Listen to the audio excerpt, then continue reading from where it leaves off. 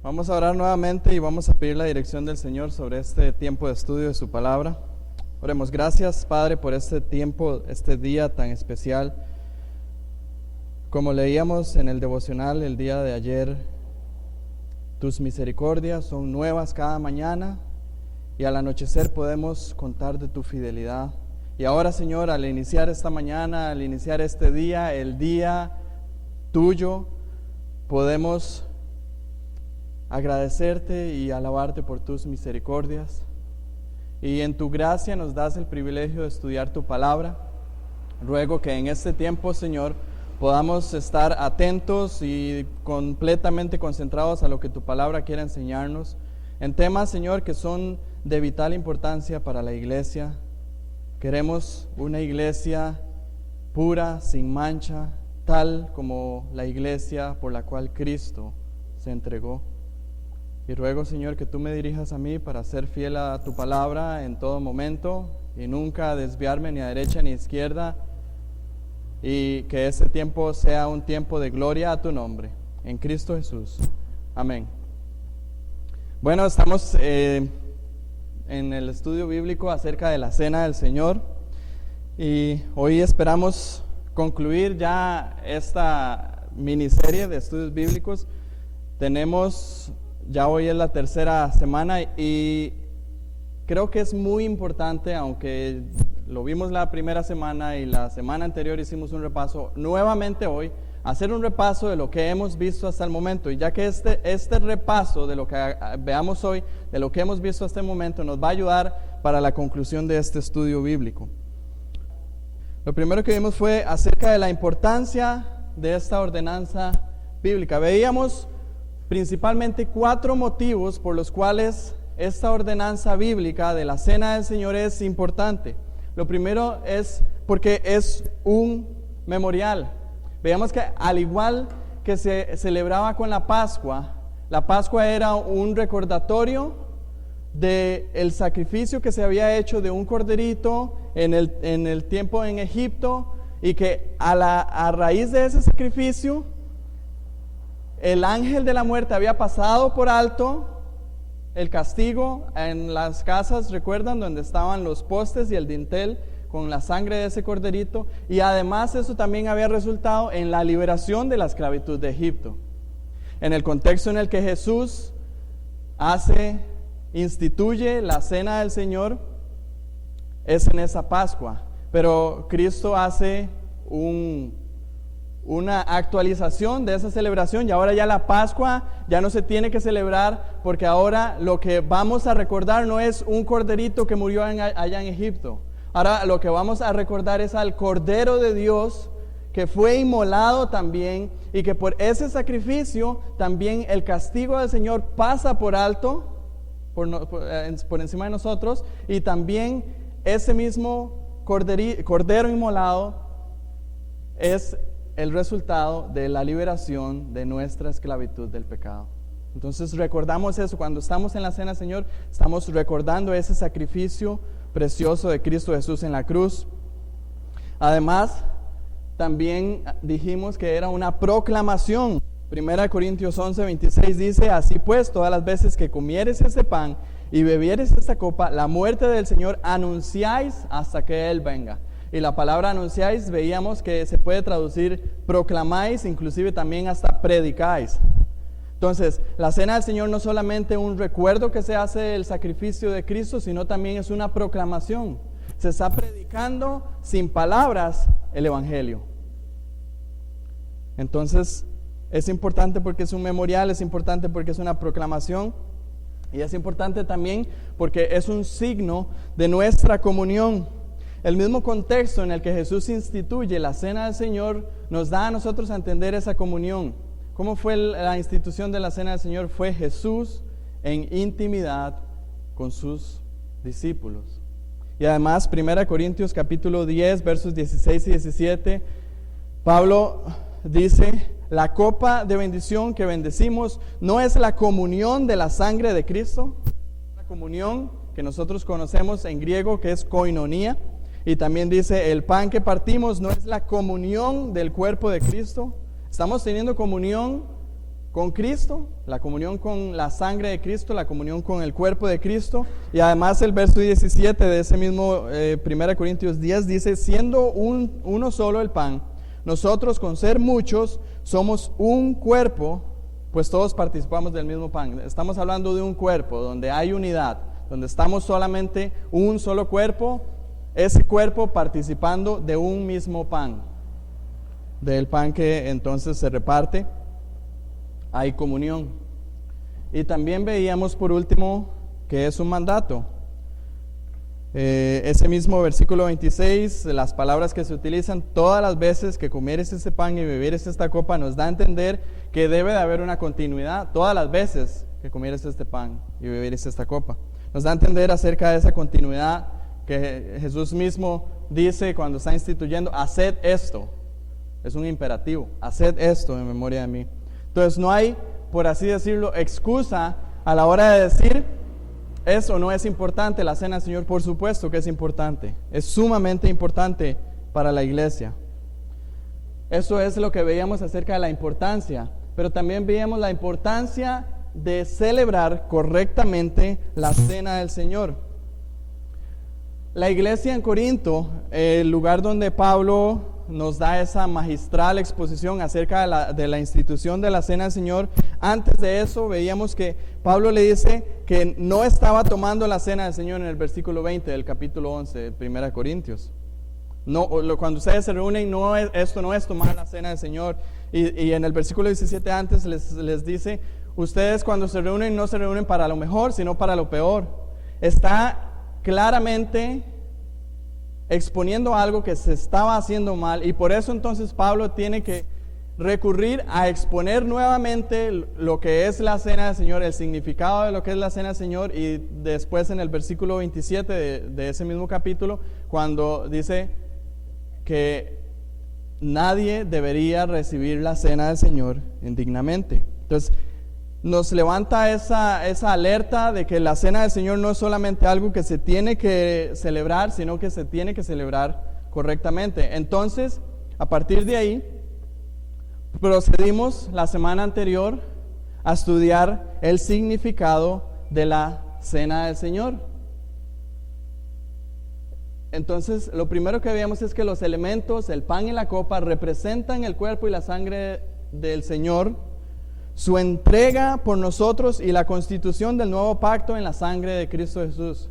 Decíamos que rechazamos la posición de la Iglesia Católica Romana, que es la transustanciación, como algo no bíblico, e inclusive la Confesión Bautista de 1689 dice es algo no solamente no bíblico, sino tampoco no es racional. No es racional que algo que es el pan y que es una copa, que se transformen en el cuerpo y en la sangre de Cristo, y que aún así tengan el mismo sabor, el mismo color, la misma forma.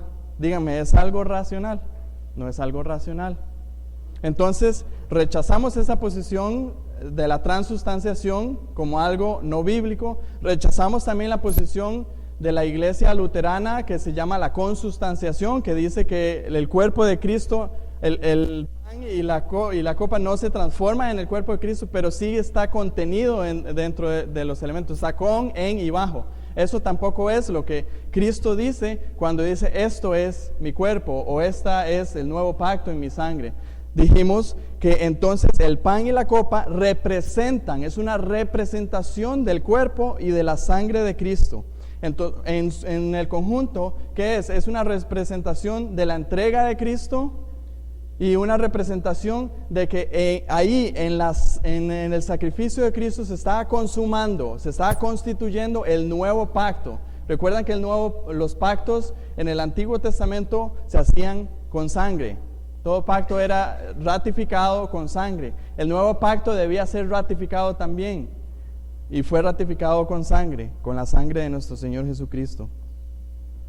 Después concluimos también que cuando celebramos la cena del Señor estamos conmemorando ese pacto que ya ha tomado vigencia en nuestras vidas a través de la fe en la obra de Cristo.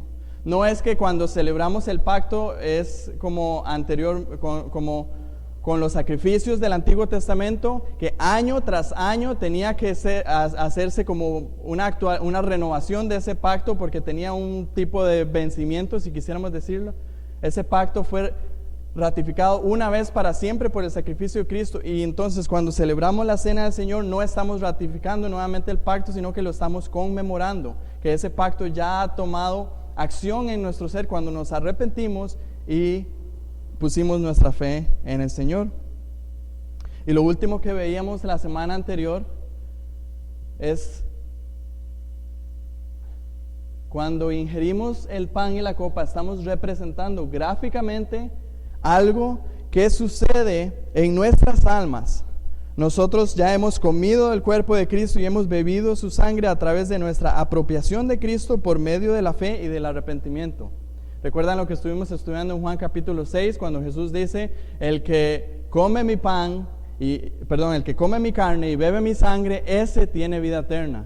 Y sabemos que Jesús no está hablando en un sentido literal. Jesús está hablando acerca de la fe y el arrepentimiento con el cual se apropia uno de Cristo, y entonces ahí es cuando uno come y bebe. Podríamos volver a repasar eso, pero ya está en la lección anterior.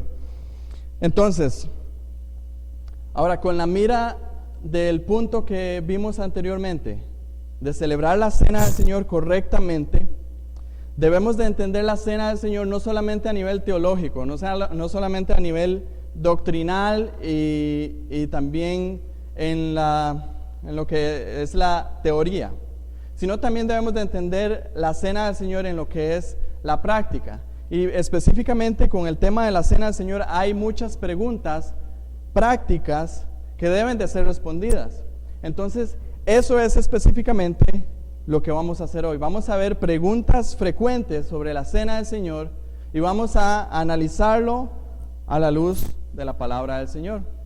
Entonces creo que la clase de hoy nos va a ayudar mucho para poder aclarar muchos temas que andan ahí en el aire, ¿verdad? Con respecto a la cena del Señor.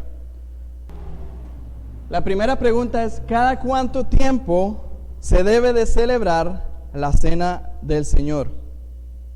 Si revisamos entonces el texto en Mateo, en Marcos, en Lucas y en 1 Corintios 11, vamos a ver que Jesús en ningún momento dice la cena del Señor debe celebrarse cada X tiempo. Eso no lo vamos a encontrar en la Sagrada Escritura. Hay muchas posiciones. Hay personas que piensan que la cena del Señor debe celebrarse como Jesús la instituyó en el tiempo de la Pascua. Hay personas que piensan que entonces debe celebrarse cada año como se venía celebrando la Pascua. Pero es una mal conclusión, porque si bien la cena del Señor tiene mucha relación y mucho paralelismo con la Pascua, no es lo mismo que la Pascua. La Pascua celebraba, recordaba la salida de Egipto de la salida de Israel de la esclavitud de Egipto, pero nosotros celebramos no la salida de la esclavitud de una ciudad, sino de nuestros pecados, como ya hemos mencionado. Entonces, no hay ningún verso en la Biblia que contenga una ordenanza sobre esto. Ahora, si revisamos en el texto, vamos a ver en la historia, en el libro del en el Nuevo Testamento, cuál era la práctica que tenía la iglesia. Vamos un momento a Hechos capítulo 2 y versículos 41 y 42.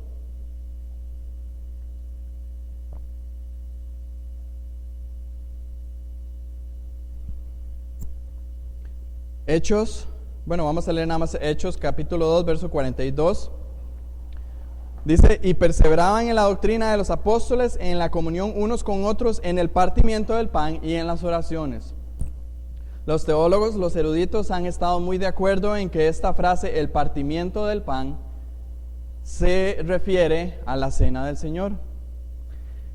Y cada cuanto dice que aquí participaban en el partimiento del pan, dice, perseveraban en la doctrina de los apóstoles, en la comunión unos con otros, en el partimiento del pan y en las oraciones. No dice alguna regularidad, nada más dice perseveraban en ello. O sea, lo hacían continuamente. Si nos vamos a Hechos capítulo 20, verso 7,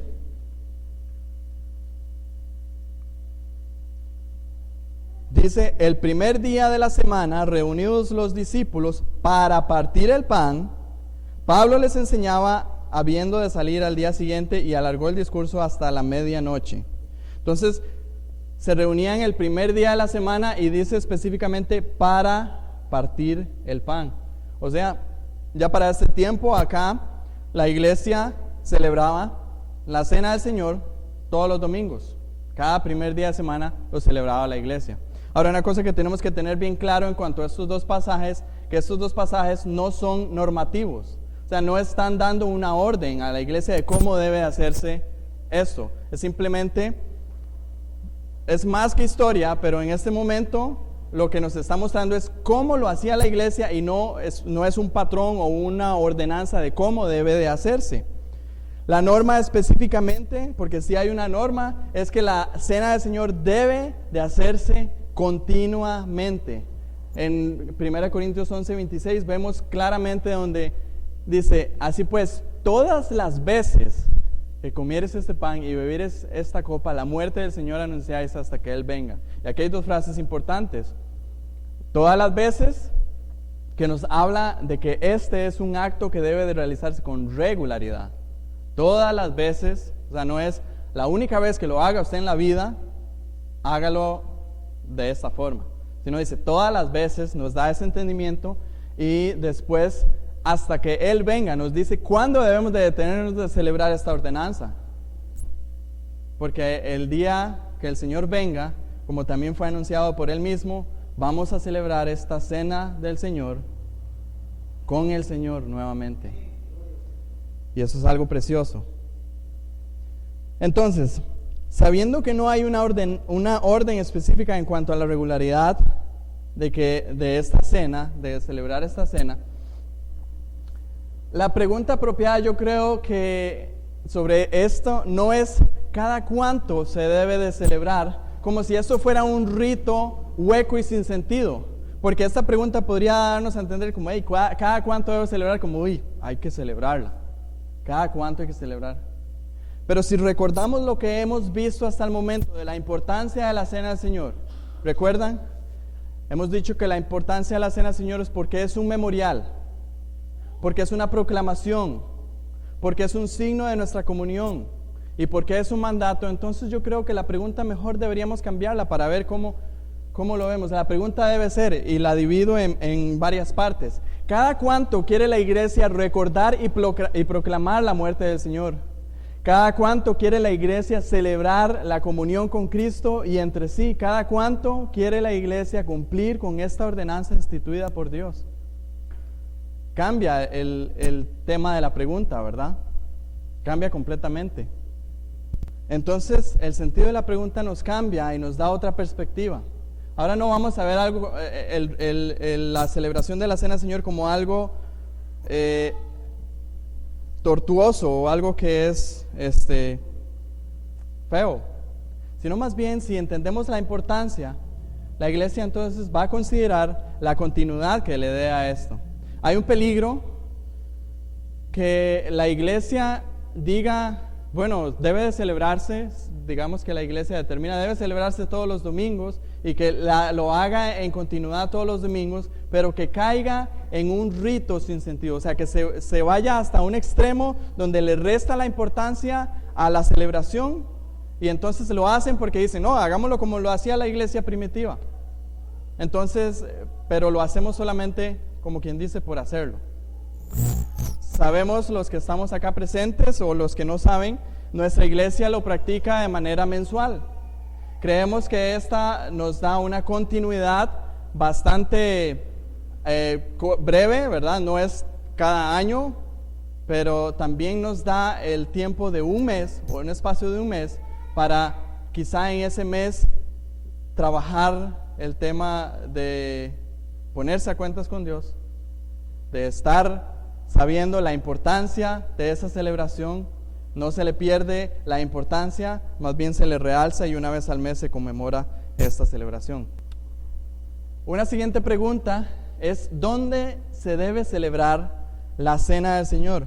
Y para poner esta pregunta de otra manera es, ¿bajo qué venia o bajo qué no lugar, sino cuerpo debe celebrarse la cena del Señor. Porque algunos podrían decir, bueno, ¿se podría celebrar la cena del Señor con un grupo de amigos ahí que digan, bueno, reunámonos y celebramos la cena del Señor? ¿O se podría de repente celebrar en una familia que dice, queremos celebrar la cena del Señor? Es una pregunta que podría levantarse. Nuevamente, esto no es una pregunta que responda directamente la Sagrada Escritura, pero sí vemos un patrón, nuevamente, un patrón que nos da a entender que la celebración de la Cena del Señor se hace específicamente en lo que es el contexto de iglesia local. Vamos a ver el patrón, como les dije, nos muestra que en la Cena del Señor solamente bajo los auspicios de una iglesia local. Históricamente son dos textos que ya leímos. Nuevamente no son normativos, pero son informativos de cómo lo hacía la iglesia. Cuando la iglesia nace, ese día en el Pentecostés, son bautizados y añadidos a la iglesia 3,000 personas, y dice que esa iglesia era la que perseveraba en el partimiento del pan. Nuevamente en Hechos 27, el primer día de la semana, dice, reunidos los discípulos para partir el pan. Y luego, cuando Pablo le habla a los corintios sobre el tema de la cena del Señor, podemos ver implícitamente, no explícitamente, pero podemos ver implícitamente que su celebración será únicamente en el seno de la reunión de la iglesia local, específicamente en los versículos 17 y 20. Voy a buscarlo para que lo podamos ver. En versículos, capítulo 1 Corintios 11, versículos 17 dice: pero al anunciaros esto, no os alabo porque no os congregáis para lo mejor, sino para lo peor. Está hablando de congregación, de la congregación de una iglesia. En el verso 20 dice: cuando pues os reunís vosotros, esto no es comer la cena del Señor. Nuevamente Pablo está hablándole a una iglesia y está hablando de que ese tema de la celebración de la cena del Señor se da dentro del contexto de la iglesia.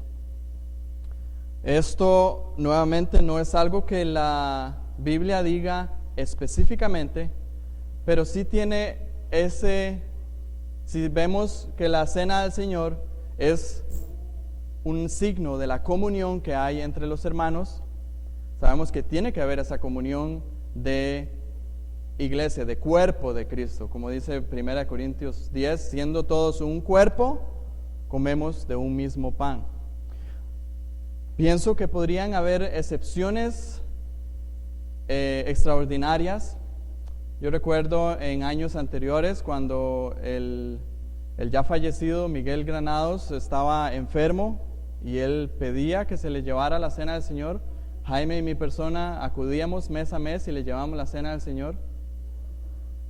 Don Arturo también. Entonces pienso que sí hay momentos en que la iglesia participa de la cena del Señor con estas personas que por motivos de salud no pueden participar en el contexto de la iglesia, pero estamos dentro de lo mismo que es auspiciado por una iglesia local. Entonces vemos que el contexto de la cena del Señor debe celebrarse en el tema de una iglesia local. Otra pregunta es, ¿cómo se celebra apropiadamente? Y con esta pregunta lo que estoy queriendo decir es ¿qué actividades específicamente se hacen en la cena del Señor? O sea, ¿qué hay que hacer? Debemos de orar, debemos de partir el pan, ¿qué debemos de hacer? Entonces, para hacer esto vamos a recurrir a la institución que nuestro Señor Jesús dio de la celebración de la cena del Señor, y vemos específicamente 3 actividades que son bien demarcadas en ello: la oración, comer el pan y beber la copa. No es una gran ciencia eso. Vemos 3 cosas bien demarcadas. Vamos a verlas en cada uno de los pasajes. La oración.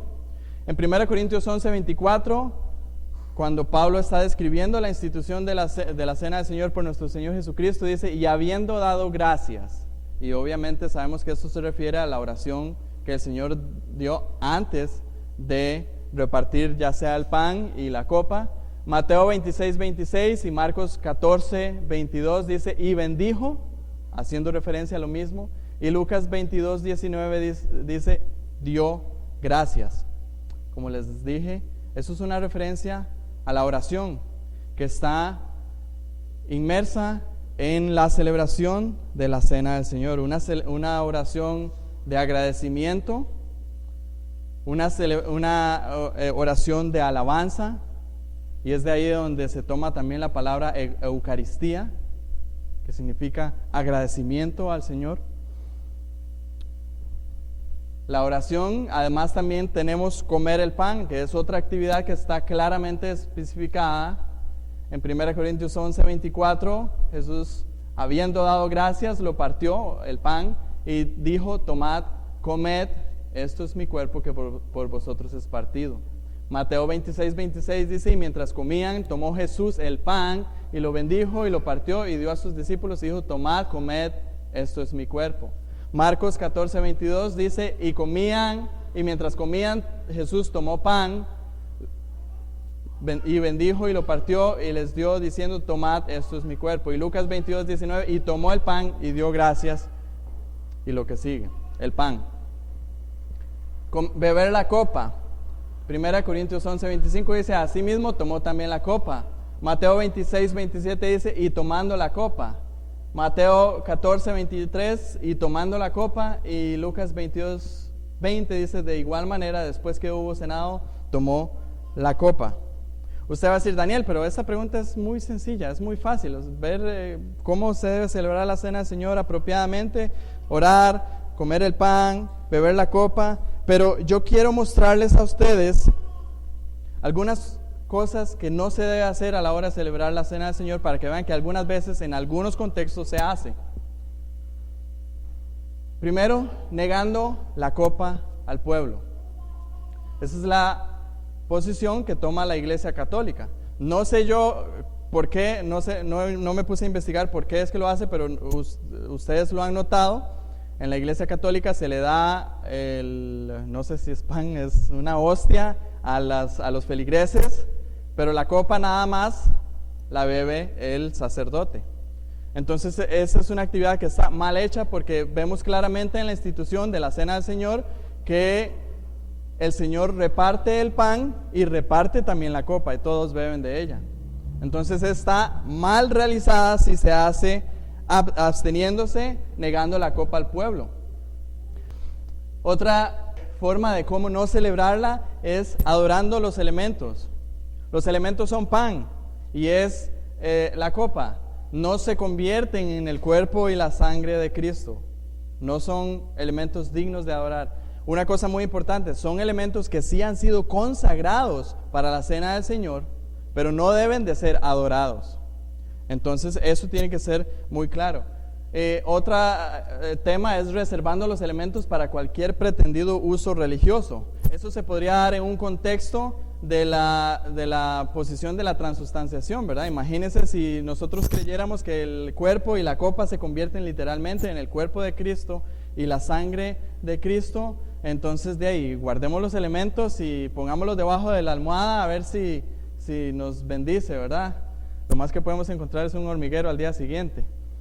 Entonces, no se debe reservar los elementos para cualquier pretendido uso religioso. Si quisiéramos hacer estos dos últimos, estamos quebrantando el segundo mandamiento de Éxodo capítulo 20 y versículos 4 y 5, que dice, no te harás imagen ni ninguna semejanza de lo que está arriba en el cielo, ni abajo en la tierra, ni en las aguas debajo de la tierra. No te inclinarás a ellas, ni las honrarás. No debemos de adorar los elementos.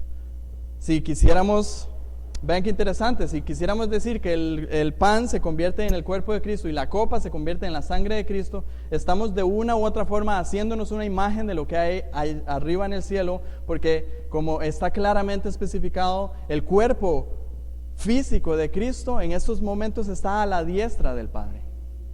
Entonces estaríamos cayendo en el quebrantamiento del segundo mandamiento. Entonces ya vemos este tema de cómo debe de celebrarse apropiadamente. ¿Cómo deben de ser los elementos? Aquí es donde en el relato de la institución se hablan de los dos elementos, ¿verdad? El pan, y aquí es donde entra un poco de controversia de la que mencionaba antes Jaime.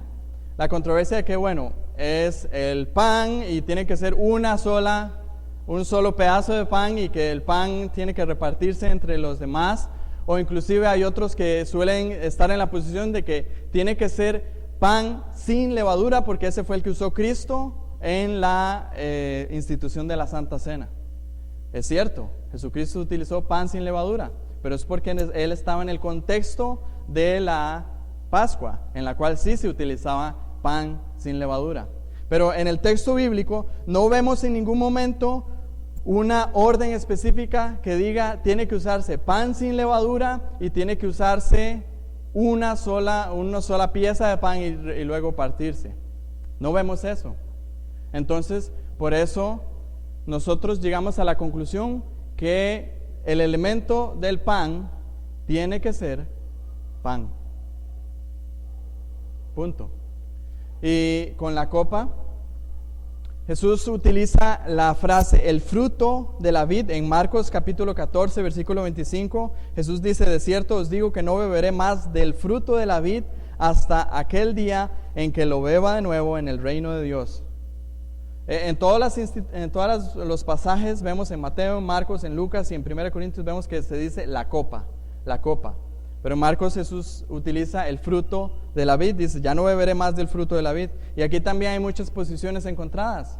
Hay personas que dicen tiene que ser vino porque eso fue lo que utilizó Jesús en la institución de la Cena del Señor. Y otros dicen, bueno, ¿y qué? Si después utilizamos vino, entonces estamos ingiriendo bebidas alcohólicas.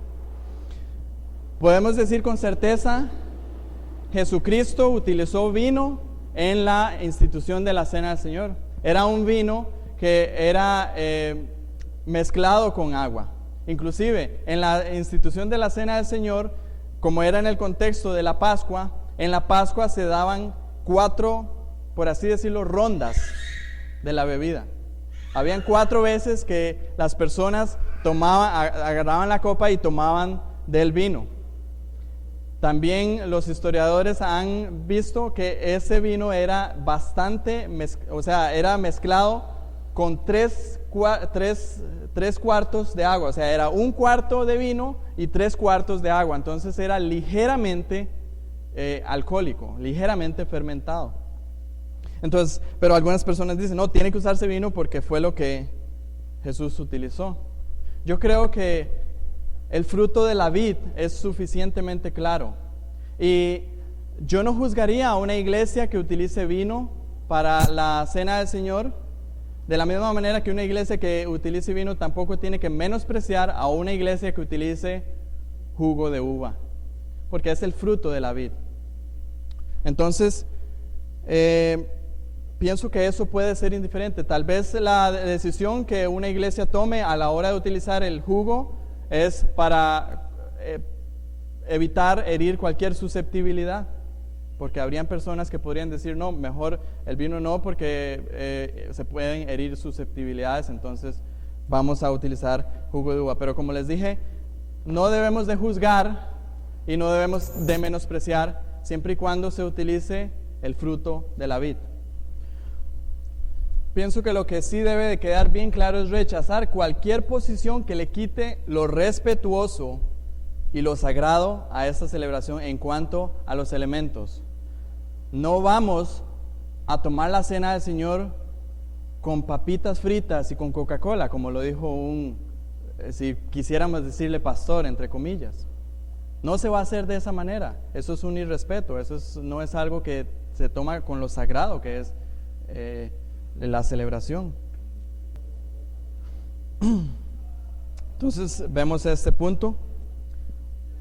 Una pregunta más: ¿quién puede participar de la celebración de la Cena del Señor? ¿Quiénes pueden participar? Esta pregunta se puede contestar de 2 maneras. Se puede contestar de la manera quién no debe participar y quién puede participar. Creo que podemos responder de las 2 maneras. Vamos a responder primero quiénes no deben de participar. Y los que quieran tomar la cena del Señor indignamente no deben de participar de esta cena. Vamos a ir un momento a 1 Corintios 11, capítulo 11, versos 27 al verso 31. No vamos a hacer una exposición detallada de este pasaje, pero sí es importante ver lo que Pablo está denotando acá. 1 Corintios 11, 27 al 31. Dice Pablo: de manera que cualquiera que comiere este pan o bebiere esta copa del Señor indignamente, será culpado del cuerpo y de la sangre del Señor. Por tanto, pruébese cada uno a sí mismo y coma así del pan y beba de la copa. Porque el que come y bebe indignamente sin discernir el cuerpo del Señor, juicio y come y bebe para sí. Por lo cual hay muchos enfermos y debilitados entre vosotros, y muchos duermen. Si pues nos examinásemos a nosotros mismos, no seríamos juzgados. Aquí en el contexto, recuerden, en 1 Corintios 11, Pablo les está diciendo a los corintios: hay un problema que se está dando entre ustedes. En el versículo 20, cuando ustedes se reúnen, esto no es celebrar la cena del Señor. Entonces Pablo les dice: el que come de este pan y bebe de esta copa indignamente es culpado del cuerpo y de la sangre del Señor. En otras palabras, el que lo va a hacer indignamente, entonces, para no ser culpado del cuerpo y de la sangre del Señor, mejor absténgase de hacerlo. También dice el versículo 29 que juicio come y bebe para sí. Y también en el contexto de Corintios dice Pablo: por eso es que hay muchos que están enfermos y muchos que ya han dormido. O sea, el Señor traía una disciplina tan severa sobre la iglesia de Corintios, tal que traía enfermedades e inclusive muerte a las personas que tomaban la cena del Señor indignamente.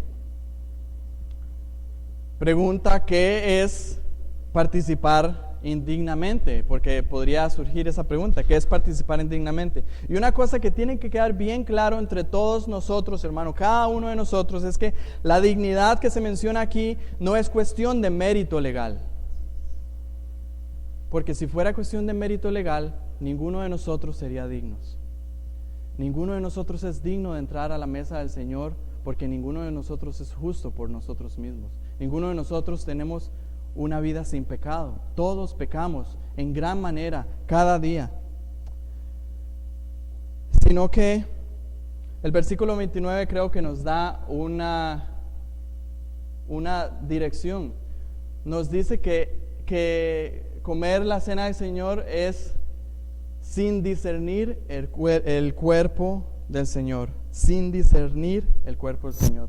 Discernir es entender, percibir, aclarar, tener bien claro.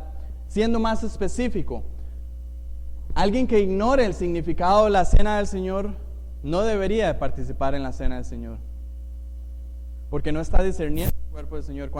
Si alguien que ignora el significado y come del pan y bebe de la copa, no sabe qué está haciendo.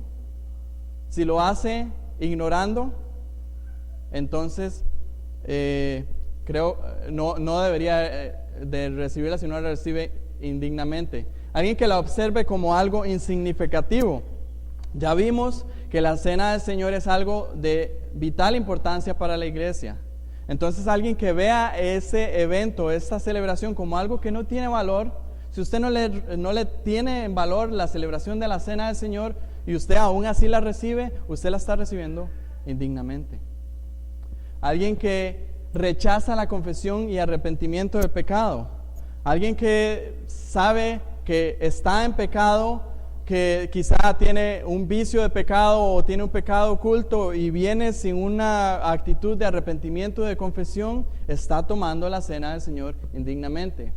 Alguien que de repente asuma que la cena del Señor es un acto por el cual yo recibo la salvación, como lo cree nuevamente la Iglesia Católica. La cena del Señor no es algo por lo cual yo obtengo la salvación. Más bien, la cena del Señor es algo por lo cual yo recuerdo mi salvación. O carecer de respeto y amor por Dios y por su pueblo. Dijimos que la cena del Señor es la comunión que hay con Cristo y la comunión que hay con los hermanos. Si yo carezco de respeto por Dios, si yo tengo en menosprecio a Dios y a mis hermanos con los cuales voy a compartir la comunión, y aún así tomo la cena del Señor, la estoy tomando indignamente. A la luz de estos enunciados podemos decir claramente que alguien que abiertamente no se haya convertido al Evangelio debe de abstenerse de recibir la cena del Señor. Alguien que no se haya arrepentido de sus pecados y creído en Cristo y aún así participa, lo hace de manera indigna. Entonces eso es como quienes no deben de participar. Pero ahora veamos quienes sí pueden participar. Bueno, está claro, lo contrario, los que lo hagan de una manera digna. Y aquí volvemos a recordar el tema de que no es un mérito legal. Todos somos indignos de participar a la mesa del Señor. El que nos hace dignos es nuestro Señor Jesucristo. Por los méritos de Cristo es que somos dignos de entrar a la mesa del Señor. Entonces, aquí es... Eso es lo que se recuerda. Entonces, la persona digna de recibir la cena del Señor es aquella que haya creído en Cristo, arrepintiéndose de sus pecados. La persona que es digna de recibir la cena del Señor es aquella que reconoce su indignidad y por eso valora el sacrificio de Cristo, por lo tanto, entonces lo recuerda y lo proclama. Tomemos los enunciados que utilizamos antes y les damos vuelta y vamos a ver cómo encaja una persona dentro de los que sí deben de participar. Aquel que conoce su significado y lo valora, que sabe lo que significa la cena del Señor y valora, sabe que esa celebración es algo precioso y que estamos, como ya hemos dicho en repetidas ocasiones, estamos recordando, estamos proclamando, estamos teniendo comunión, estamos siendo obedientes. Alguien que la tome con una actitud de confesión y arrepentimiento de pecado. Alguien que sabe que es ciertamente indigno de participar a la cena del Señor, pero antes de entrar al tiempo de la cena del Señor, y bonito sería que inclusive la noche antes, el día antes, nos preparamos y decimos, el día siguiente vamos a estar a la cena del Señor, voy a ponerme a cuentas con Dios, hacer un examen de mí mismo, arrepentirme de mis pecados y ponerlos delante del Señor para que Él los perdone. Y también sabiendo que no salva, pero sí conmemora la salvación y abundar en respeto y amor por Dios y por su pueblo. Eso sería alguien que toma la cena del Señor de una manera digna. De aquí pueden surgir dos posibles preguntas. Quiero que las veamos y no voy a ahondar mucho, simplemente las voy a responder. Si alguien tiene alguna pregunta extra, puede surgir. Una pregunta que me hicieron la semana pasada: ¿pueden los niños participar de la cena del Señor? Yo creo que la pregunta en cuanto a edad específicamente es muy peligrosa.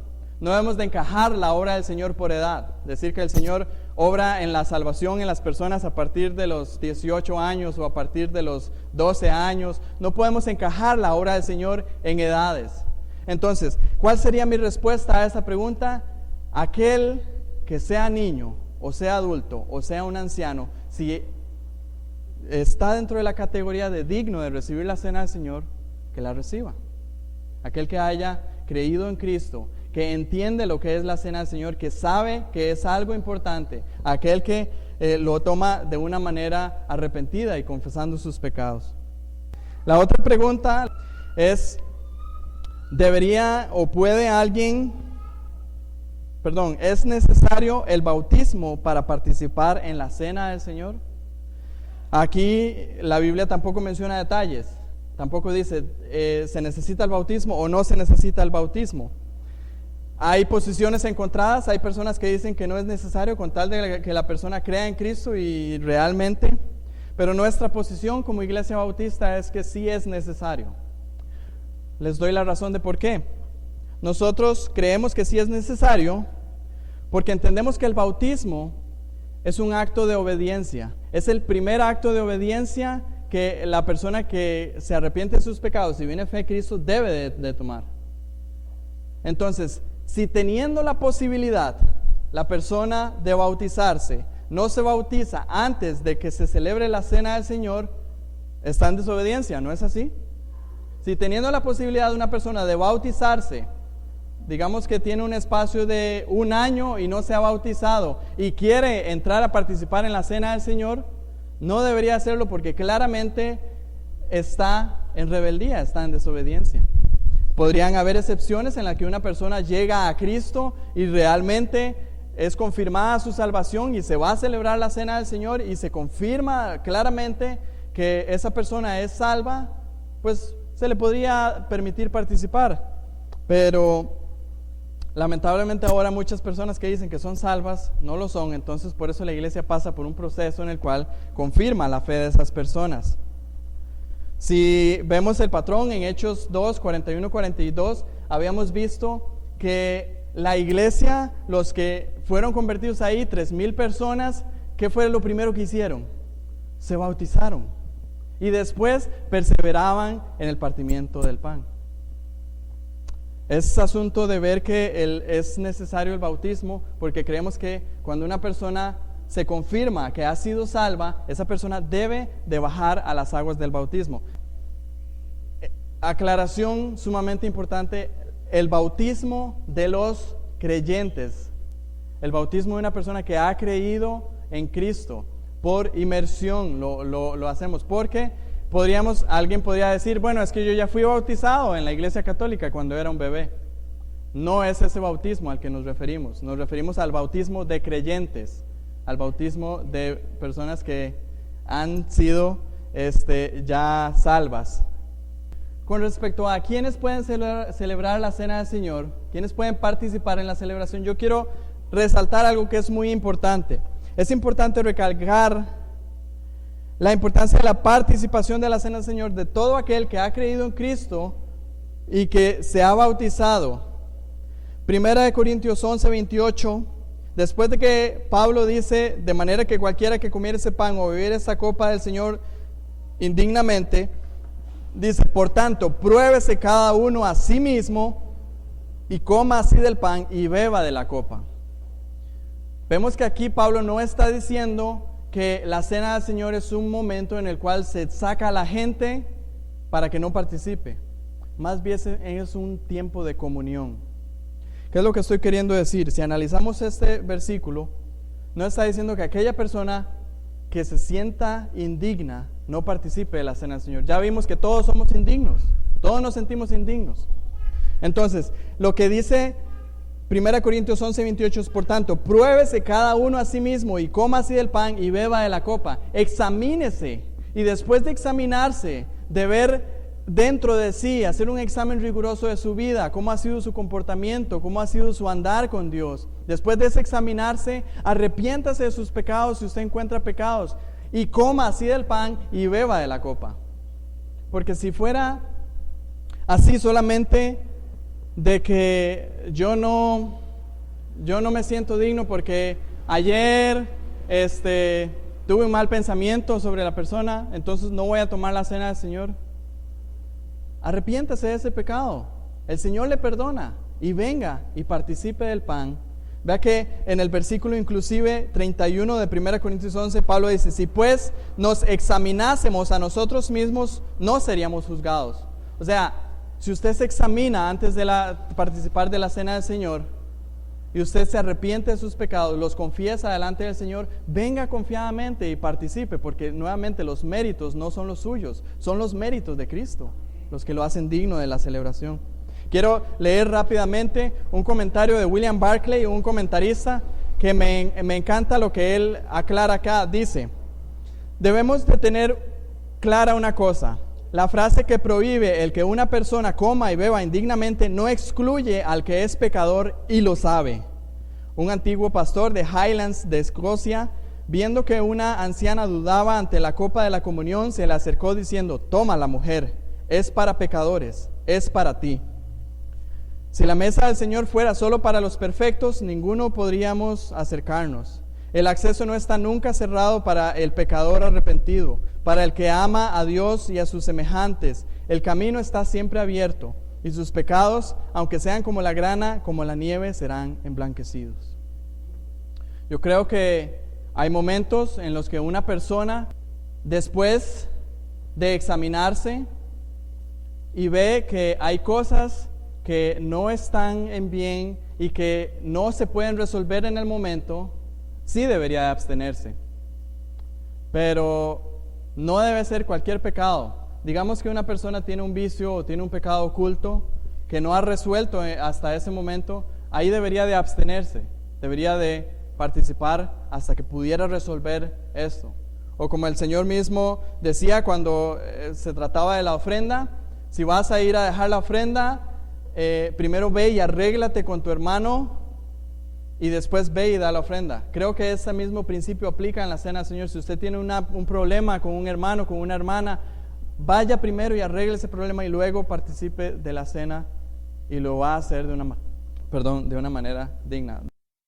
Hay algo que tiene que quedar suficientemente claro. La iglesia tiene la responsabilidad, el derecho también y el deber de negarle la cena del Señor a alguien que abiertamente se sepa que lo va a tomar de una manera indigna. Les puedo poner un ejemplo claro.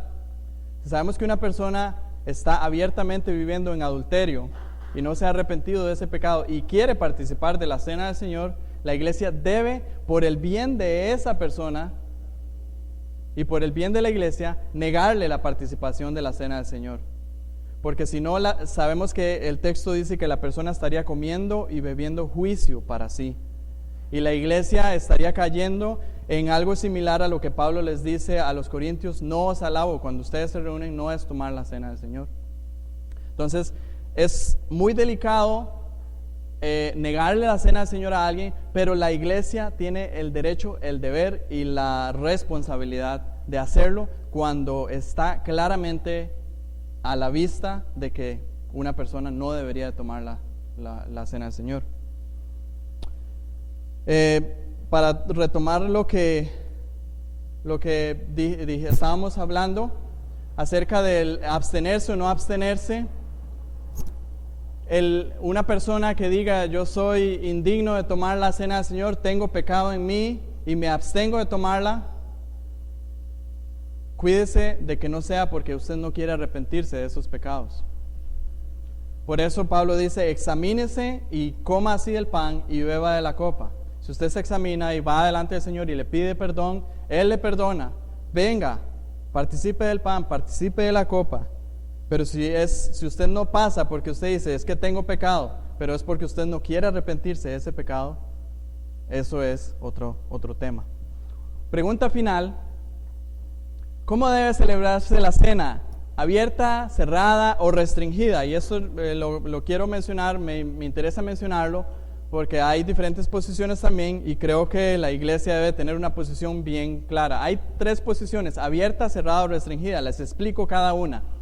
La participación de la mesa abierta es que la mesa está abierta a todos los que deseen participar de la cena del Señor. Cualquier persona que desee participar de la cena del Señor, pase y participa.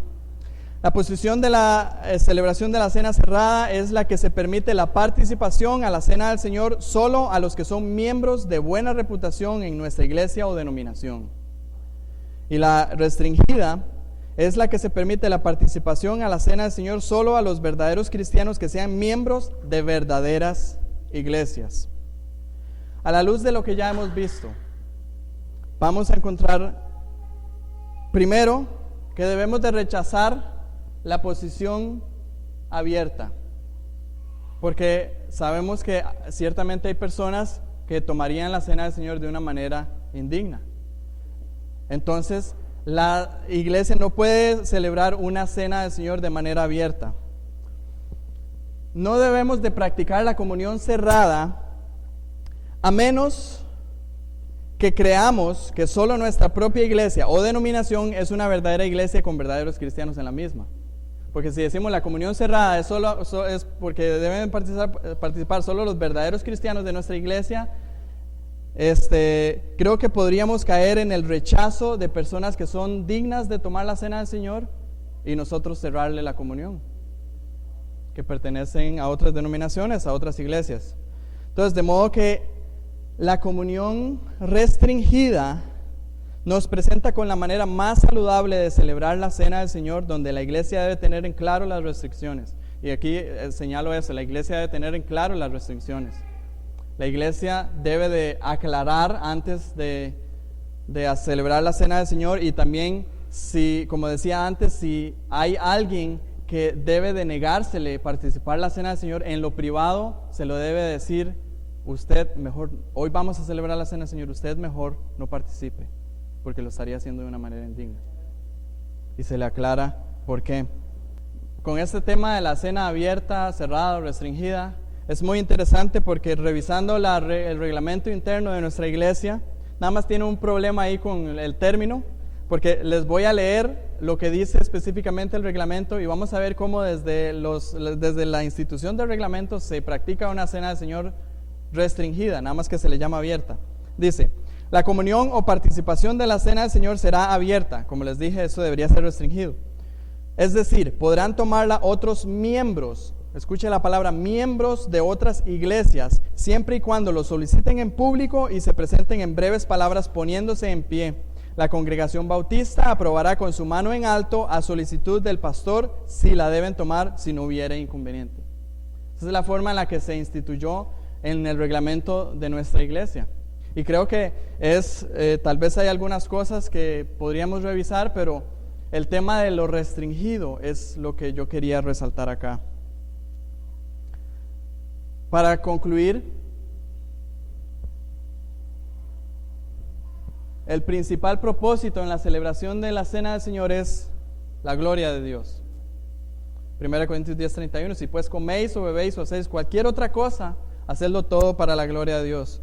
Hay preguntas que ciertamente son ambiguas, hay preguntas que ciertamente podrían tener dos respuestas, hay preguntas que, como ya hemos visto, no están especificadas claramente en las páginas de la Escritura, pero esta es mi conclusión. Si nuestra búsqueda de una respuesta a una pregunta, por ambigua que ésta sea, surge de esa motivación de la gloria de Dios, el Señor guiará nuestro camino para que encontremos la respuesta correcta. Nos ponemos en pie, vamos a terminar orando este tiempo de estudio de su palabra. Gracias, Padre, por este tiempo de reflexión y de estudio y análisis en tu palabra. Gracias por darnos la oportunidad de escudriñar el sagrado texto y encontrar en él las respuestas. Gracias porque pese a que no tenemos respuestas claramente especificadas, aún así, Señor, tú no nos has dejado vedado esa información y podemos encontrarla a la luz de la enseñanza general, de la doctrina que tú nos das.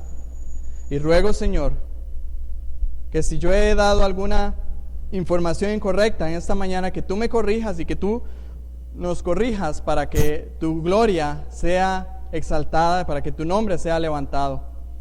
Y lo que hemos hablado hoy, Señor, podamos llevarlo a la práctica como iglesia, porque queremos honrar tu nombre, queremos exaltarte. En el nombre de nuestro Señor Jesucristo pedimos y agradecemos. Amén.